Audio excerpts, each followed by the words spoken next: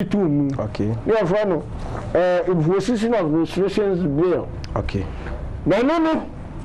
I come say, what we debate on no one side of Parliament. One the daddy, young, daddy, 2 million because you say the other, and they won't call. And the Omki can be you need graphic and no, and what divide. Yeah, can I call Omka cry under certificate of agency? Daily Graphic, Monday, March 23rd, 2020. Now I say, what do we buy no? The non-sabe pepe, and do we buy sequence. Parliament passes imposition of restrictions bill 2020. Parliament last Friday passed the imposition of restrictions bill 2020 to give strong legal backing to President Nana Addo Akufo-Addo's directive to deal with the deadly respiratory illness COVID-19 in Ghana. The act will vest in the president the powers to impose restrictions on individuals and class of persons in the event of disaster and imminent emergencies in the interest of public safety, health and protection. It also provides the legal framework in dealing with cases of affront to the collective integrity of the country, particularly to the defense and disruption in the running of essential services such as the poisoning of sources of water. Additionally, the act will also clothe the president with the power to impose restrictions for the purpose of safeguarding the people of Ghana against the teaching or propagation of a doctrine that exhibits or encourages disrespect for the nationhood of Ghana, the national symbols and emblems, or incite hatred against other community members. It also makes provisions for persons whose actions compromise public safety and security of the country to be sanctioned with a minimum of 1,000 penalty units and a maximum of 5,000 penalty units, or face imprisonment not less than 3 months and not more than 6 months. The act now needs to be assented to by the president to become a law and operational. If you are not so by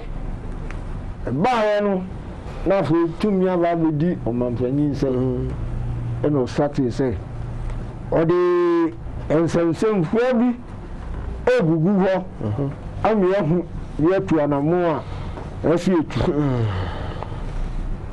anwa ana noguchi won so ba na o mo ka say sabe ne me akọ sabe ya no project ni mu Ghana hanum ni ya hu bi wie ni no anke e de nyaaya ke we kan say yan lock down.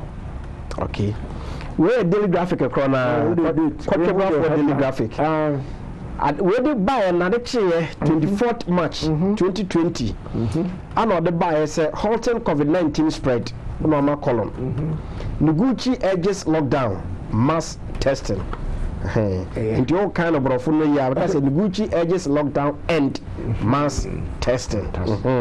The 724 graphic no and I raise buy also say place country under 2-week lockdown.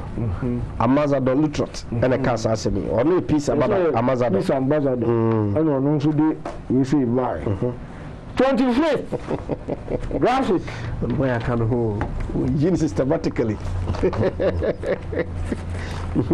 Everyone now we dey can be video. Okay. We Daily Graphic 25th. Now we 24th. It's another chair. And I signed the publication by no page 20. To or say Ghana for home. Just a damn cranny bomb pipe. Nation fast and praise today. Ghanaians of all faiths are expected to fast and pray today to the Almighty God to help the country fight the COVID-19 pandemic. During his third address to the nation on the pandemic last Saturday, the President, Nana Addo Akufo-Addo, declared today as a national day of fasting and prayer and asked Ghanaians to seek the face of God in the fight against the coronavirus pandemic. That, he said, would be an addition to the adherence of measures rolled out to help contain the spread of the disease that had so far infected 400,000 people worldwide, with about 100,000 recoveries and 17,000 fatalities. Situation in Ghana. But the intervention in Simbu Ghana has so far recorded 52 cases with 2 fatalities, while 1,030 people who returned into the country have also been quarantined. As part of the measures to curb the pandemic, the government has closed all the country's borders, land, sea, and air to human traffic for the next for the next 2 weeks, with effect from midnight last Sunday, while urging everyone to observe recommended hygienic practices and social regulations. President Akufo-Addo also announced that anyone who arrived in the country after midnight last Saturday would be mandatory quarantined and tested. Fantastic. Now, for the person can say, you share first time after the 20th. Ofra so for kukudamu. So me bompaye. Afa antentam. Abra sumu fo nyina mfa yafunto ho. Eno so yoy antentam. Now because I'm proud to serve fasting we no. After this date, proud to fasting we no. Na me asofo mi bo hia e me other programs so. Abi so mo. No say. Serve fasting engosi aga. Aba asofo always so no engosi aga. Ana mbi so mo say I don't know, my attorney Safra so for Kukudamui, every bompaye. Now a small good now, so yet a come charam Sinkusiaga. As no, sir, what was apostle? Catch every say. As of what I say from or one Casadamun Jomindi. Because more would you be Biaka? If you do cry, you're afraid anybody is also by part of them. So for yes, on the arm feeling or said there be no room no can. And it is true. As of where she about power Jubilee House here, I continue with Bass or COVID of a coin. I mean, come on, so Daily Guide 26. Also headline in our kind. Daily Guide Thursday, March 26, 2020. Southampton 250 persons. I say lockdown now. Doctors urge Nana. COVID-19 infect 68.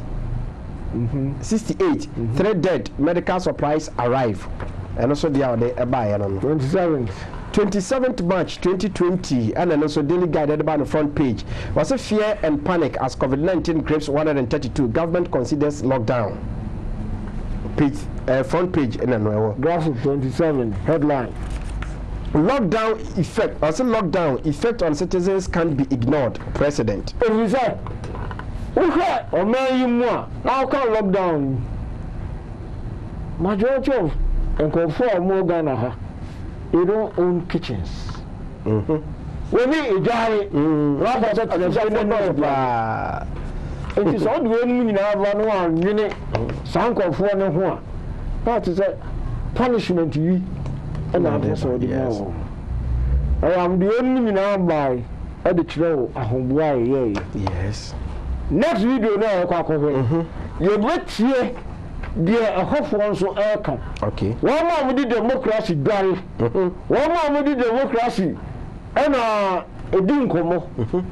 Till one more threatening Odessa. Okay. One was a divine. Now they are better to the so I didn't see that. One more for you to me. Hey, two innocent. What the way?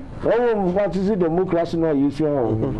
Second video, share your second video of the day. Also COVID-19 fear factor and lockdowns to fast track the elite's new world order agenda. And on your second video now answer your question. I will say medical subium March 5th adebeche amagana ye di ye fa di dana ye fa di afashana 5th March Kumasi Asim Boys eho anowura Israel wono na isi a woye coordinator Edema Kumasi branch of Free the Mind movement. 5th March anobe bia no ewo Asim Boys intishano so se ubetumi aba na waba behemu ekena empanifo kukudam na edi akira omoba akuaku awia dumieni ken ni nyina land afabeko bi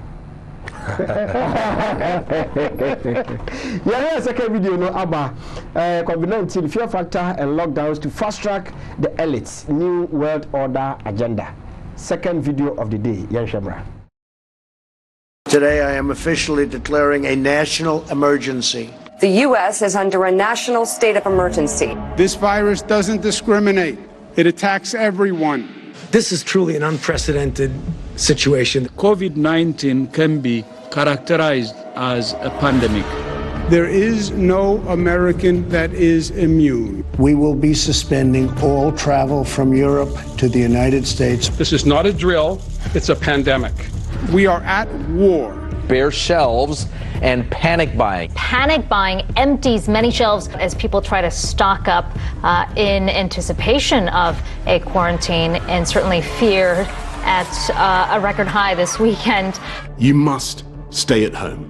A 14-day quarantine will be mandatory. Spain and France have now joined Italy in banning people from leaving their homes. You absolutely must stay at home. All gatherings are canceled until further notice. This means no weddings, in-person services, or even parties. Closed schools, empty auditorium, canceled events. Game tonight has been postponed. The NBA suspending the rest of its season. And the NHL has decided to suspend its 2019-20 season. This is a deadly serious situation. The leading model estimating lives lost to the virus now predicts by December, 3,000 Americans will die each day. In their estimates, they had between 1.5 million and 2.2 million people in the United States succumbing to this virus. Are you thinking that hundreds of thousands of Americans could die from this? You know, I say that and it sometimes gets taken out of context, but we have to be realistic and honest. Yes, it is possible. So listen to the advice of experts. Stay home and keep 2 meters apart and don't gather in groups.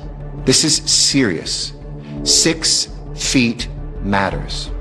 I am directing all non-essential retail businesses to indefinitely close their physical stores. Almost 100,000 small businesses permanently closed since the pandemic. It's better to be 6 feet apart right now than 6 feet under it. Bottom line, full stop. No negotiating, no store, no running to the gas station. You're self-isolating. Simple as that. If you do not comply with these instructions, you could face serious fines and even prison time. I have issued an executive order. It's not a suggestion, it's an order. If people stick to the rules, their task will be minimal. But if they put their lives and the lives of others at risk, they'll now have the powers to stop them. We will shut you down, we will cite you, and if we need to, we will arrest you and we will take you to jail. The time for educating people into compliance is over. We're watching you and we are going to take decisive action.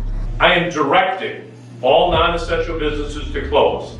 I repeat, if you are not an essential business, I'm using my power as governor under an emergency declaration to order you to close.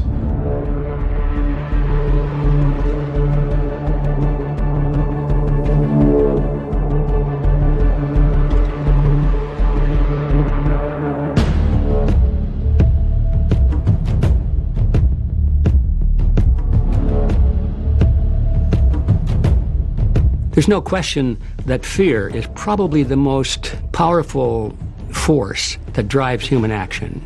And it overrides any rational thought. If you think you're going to die, nothing else matters. You're focused totally on how you can survive. I think that's important to keep in mind because fear can be generated falsely by a false narrative. People can be told that something is going to happen that's very bad, and if they believe it, they'll be afraid of it, even though it's an invented scenario. So if you want to control people's activities and even their thoughts today, all you have to do is scare them. It doesn't make too much difference whether the threat that you're using to scare them is real or fabricated. As long as they believe it's real, that's all that's important. COVIDland is a documentary series about the global deception known as the COVID-19 pandemic, with key interviews from scientists, doctors, nurses, authors, and subject matter experts. We untangle the lies about the lockdowns, the face mask, and the so-called COVID vaccines, and show you how the global elite are using health and climate scares to fast-track their New World Order agenda.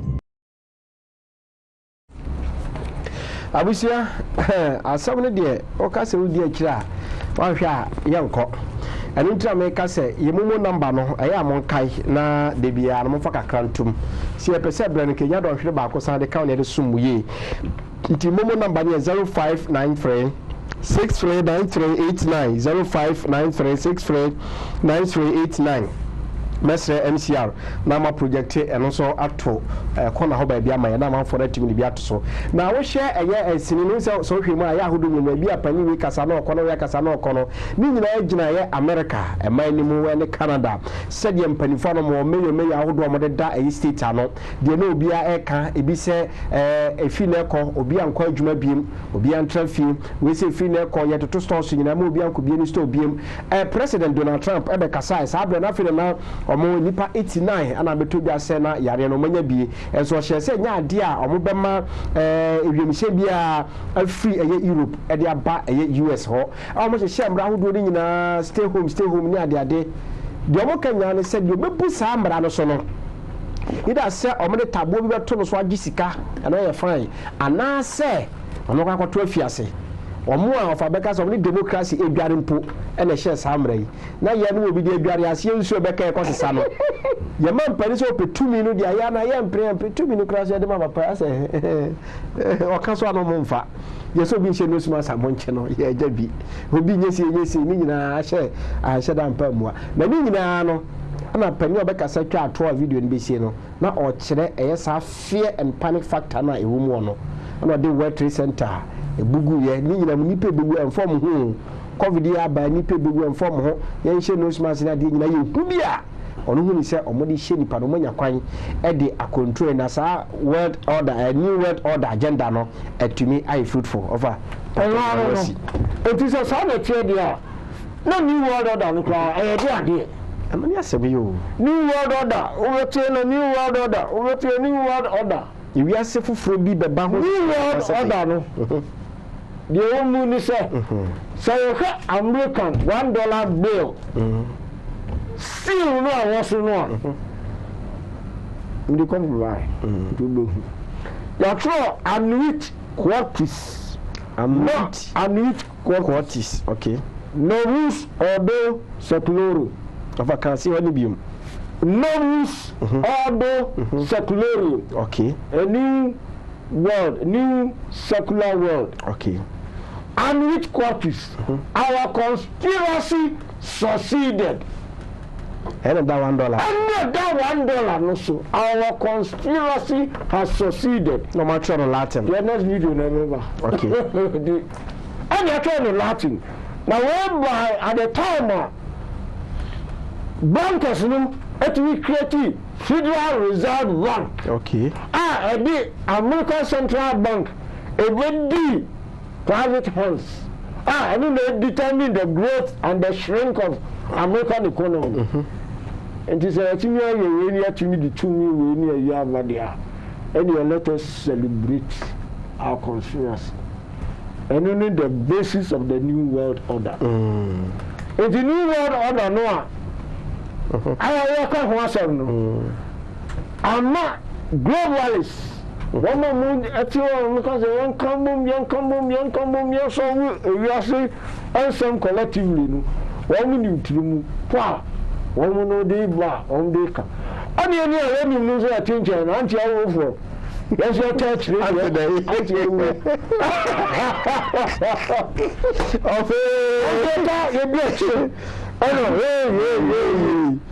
Now COVID-19 bar now one David Rockefeller no so Rockefeller family dynasty no odi mu akotini fara okay now the court bebre ha they say no akika wa record ha okay COVID-19 and then we move what you say now adia ya dey yes any ewu